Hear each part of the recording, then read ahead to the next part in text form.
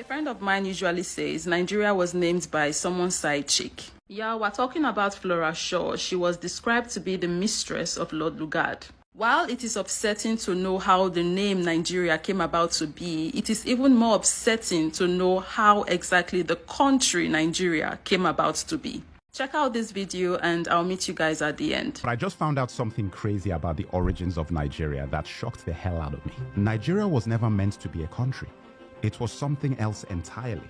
In this video, I'm going to tell you exactly what I discovered. Oh, and I want to acknowledge Burna Boy for bringing my attention to this in his song Another Story on his album African Giant. Thank you for inspiring this video. And all of you, let Burna Boy know he got to me and now I'm sharing this information with you. The creation of Nigeria was never about democracy, never about Christianity. It was all about money, business, and profit. None of it for us. Pay attention. The area now known as Nigeria was called the Slave Coast up to 1870. This was the point at which the British had stopped slave trading and moved on to palm oil as their primary commodity out of Nigeria. One of the main suppliers of palm oil was the Benin Kingdom, and you have to watch my video of one of the greatest African kings most of you have never heard of, Oba of Oranwen. This is an important story for me personally because I am from that region, so they are my people. And his fight with the empire over palm oil is one of the greatest stories of African colonial history. Anyway, everyone wanted palm oil, and especially the British. A man called George Goldie set up the United African Company in 1879, which was then changed to the National African Company. He structured the palm oil business in the Niger Delta region, and by 1884, he had a monopoly that the British could exploit. So in 1886, Goldie violated the agreement he had made with the chiefs and moved his operations into River Niger and Benue. The company was also renamed at this point to Royal Niger Company. Goldie tricked the chiefs into signing unfair trade deals, giving Goldie exclusive rights to export palm oil instead of what the chiefs thought would be free trade.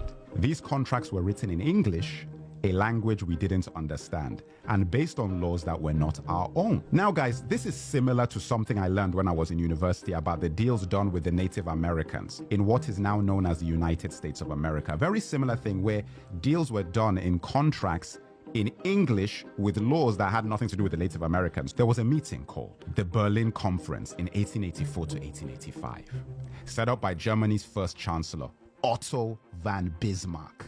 This was where the colonial powers discussed how to carve up Africa and structure trade across the pieces of our continent that they would take. We were not a part of this conversation.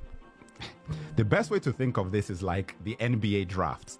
Guys were out there making bids between lunch breaks and spa sessions. At this conference, the kingdom of Opobo was given to Britain. When King Jaja of Opobo tried to export his own palm oil, he was accused of obstructing commerce and then exiled. How crazy is that? And on his way home in 1891, he was poisoned with a cup of tea. Guys, I couldn't make this stuff up. The Jaja of Opobo story made other chiefs in the region very wary of their deals with the British Empire. King Koko of Nembe Brass was one of those chiefs. He tried to take down the Royal Niger Company and attacked the company headquarters in Akassa, Bayelsa on January 29, 1895. King Koko captured 60 white men and lost 40 of his own soldiers. He used the 60 hostages to demand he be allowed free trade, the agreement he believed he had signed with the British company in the first place. They refused, and he killed 40 of his hostages. The British Royal Navy retaliated by leveling the city of Brass completely on February 20th, 1895. King Koko went into exile,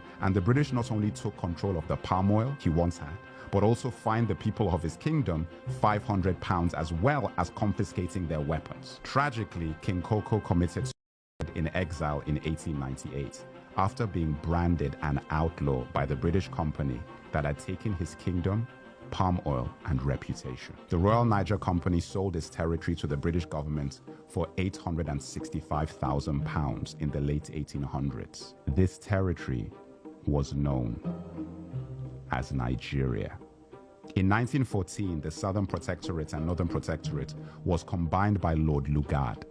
And like that, the Royal Niger Company was rebranded as a country, which would gain independence on October 1st, 1960.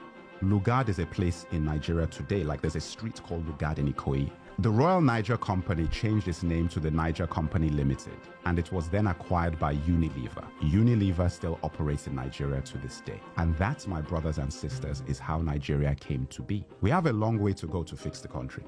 And it starts with the February elections. But we won't ever have a hope in a solution to our problems if we don't know how they started. Remember, it's not about asking anyone else to fix this. This is about knowing your history. Nigeria was never a country we created. It was a company designed by colonizers for profit. And a lot of the infrastructure put in place for that siphoning of resources out of our land are still very much in place today. Crude oil simply replaced palm oil, and soon lithium may replace crude oil. I feel angry not just for what happened to my ancestors, but the fact that I wasn't taught about this in school in Nigeria, and that our children are not being taught about these things now. Nigeria is about to have the most important elections in our history.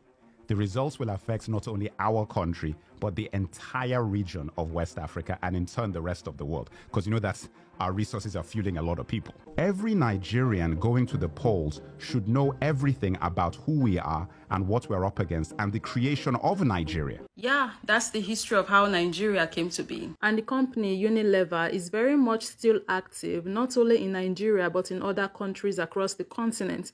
They are buying lands and doing God knows what. Whatever it is they are doing is definitely not going to be to our advantage. Just imagine having the company that started the business that then became your country, Nigeria, still running in your country. That is wild. When I learned this history, I could not see my country, Nigeria, the way I once saw it before. Sadly, many Africans in Africa think they've been promoted when they are finally employed by these multinationals, who are in fact responsible for destruction of the country, like Shell, Unilever, just to name a few.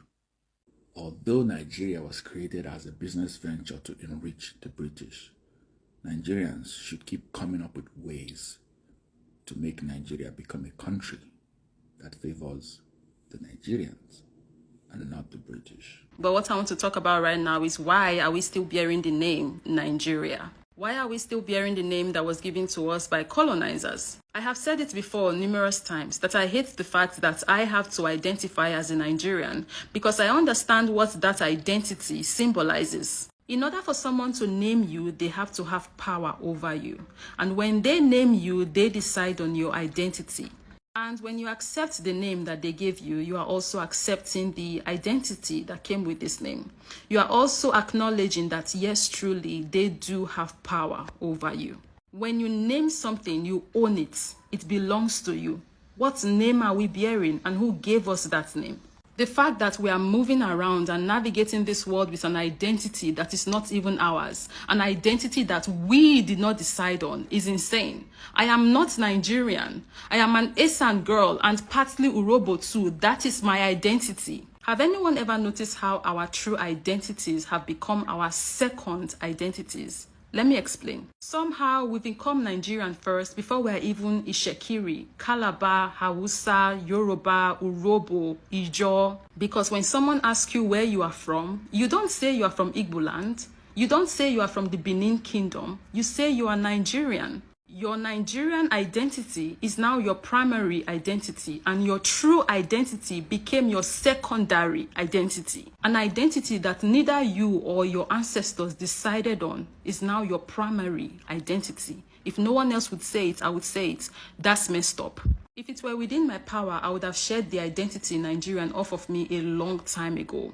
Don't get me wrong, I love my country and I love my countrymen, but the identity Nigerian isn't ours. If we must have a central name, we, the people, need to name ourselves and decide on our own identities. Guys, I know I went on a rant there. I was actually